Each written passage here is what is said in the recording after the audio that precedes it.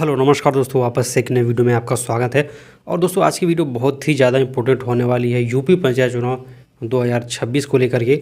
और इस वीडियो के अंदर हम लोग डिटेल से बात करने वाले हैं कि यूपी पंचायत चुनाव 2026 में खास करके जो 2 बच्चों वाला नियम है, क्या उत्तर प्रदेश में ये नियम लागू होगा। और आपने मीडिया पे, इंटरनेट पे ये सब बहुत सारी खबरें भी सुनी होंगी इसके बारे में कि इस बार जिनके 2 बच्चे हैं वो लोग चुनाव नहीं लड़ पाएंगे। तो इस चीज़ की क्या पूरी सच्चाई है और क्या कुछ रहने वाला है यूपी पंचायत चुनाव में, इन सब चीज़ों के बारे में समझेंगे। साथ ही साथ पंचायत चुनाव कब तक हो सकता है, आरक्षण को लेकर के क्या अपडेट है, ये सब भी समझेंगे। लेकिन इस वीडियो का जो मेन मुद्दा हमारा यही है कि 2 बच्चों वाला नियम उत्तर प्रदेश में लागू होगा कि नहीं होगा और क्या इस पर बातें चल रही हैं, ये सब कुछ हम लोग समझेंगे। तो आप लोग स्क्रीन पे देख सकते हैं यूपी पंचायत चुनाव 2026, क्या 2 बच्चों वाला नियम लागू होगा।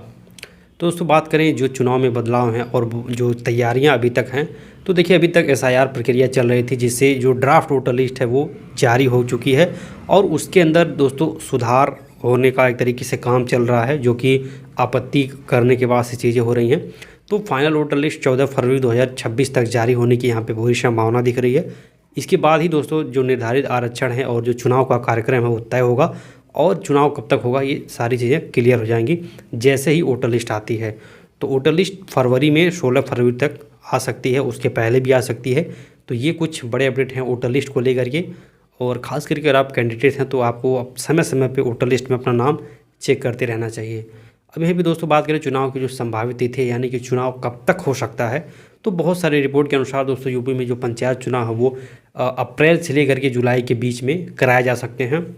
खास करके बात करें अगर हम लोग जो महीने हो सकते हैं तो वो मई या जून हो सकता है, ठीक है। क्योंकि अप्रैल में तो कार्यकाल समाप्त हो रहा है, लेकिन बहुत सारी ऐसी चीज़ें हैं, बहुत सारी ऐसी तैयारियां जो अभी तक नहीं हो पाई हैं।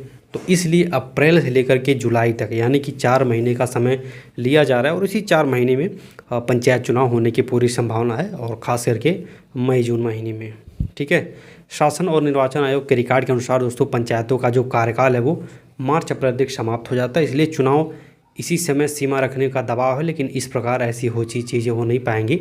अब यहीं पे बात करें दोस्तों आरक्षण को लेकर के, तो ग्राम पंचायतों का परिसीमन और पुनर्गठन का जो काम है वो हो चुका है और इसके पूरे होने के बाद से जो वार्ड हैं, बहुत सारी जो चीज़ें हैं वो तय हो चुकी हैं, ठीक है। पुरानी जनसंख्या के आधार पर इस बार नए वार्ड तैयार हुए हैं, जिन पर आपत्तियाँ और संशोधन प्रक्रिया भी चली है और सारा कुछ मिला जुला करके फाइनल हो गया है।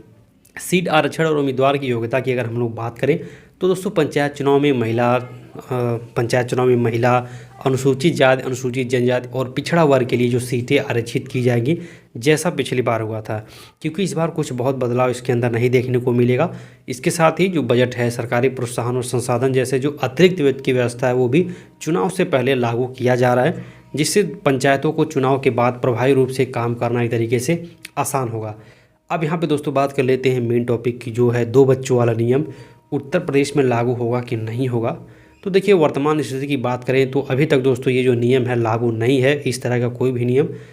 उत्तर प्रदेश सरकार ने 2026 के पंचायत चुनाव के लिए जो 2 बच्चों वाला नियम है उसको आधिकारिक कानून के रूप में लागू नहीं किया है। यानी कि दोस्तों अभी तक कोई ऐसा कानून या चुनावी नियम आधिकारिक तौर पर पारित नहीं हुआ है जो कह सके कि जिस व्यक्ति के 2 से अधिक बच्चे हुए पंचायत चुनाव नहीं लड़ सकता है।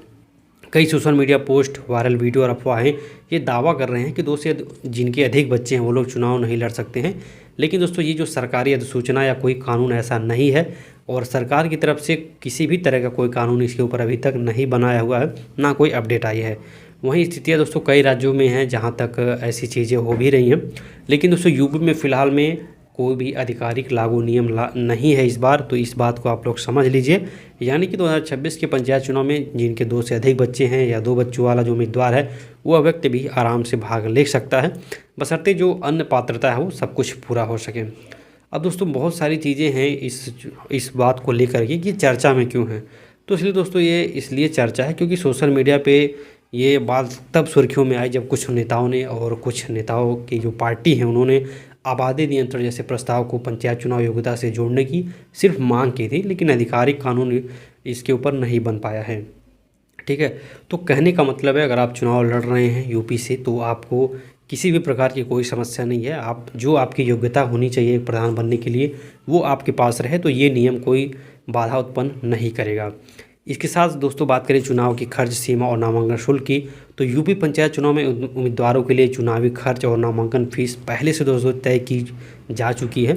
ग्राम प्रधान प्रचार खर्च की जो सीमा है लगभग 1,25,000 रुपये है।